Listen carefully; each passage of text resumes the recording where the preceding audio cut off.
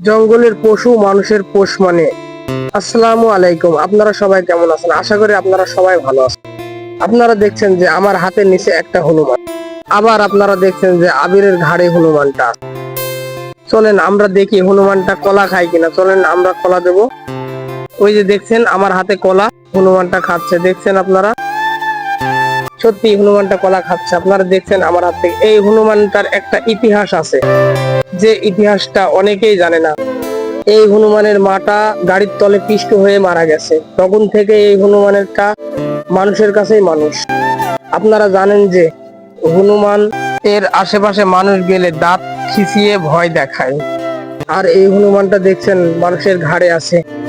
আপনাদের যদি এই হনুমানটাকে একবেলা খাওয়ানোর ইচ্ছা হয়, তাহলে আপনারা এই হনুমানটা দেখতে পাবেন কয়েকটা জায়গায়।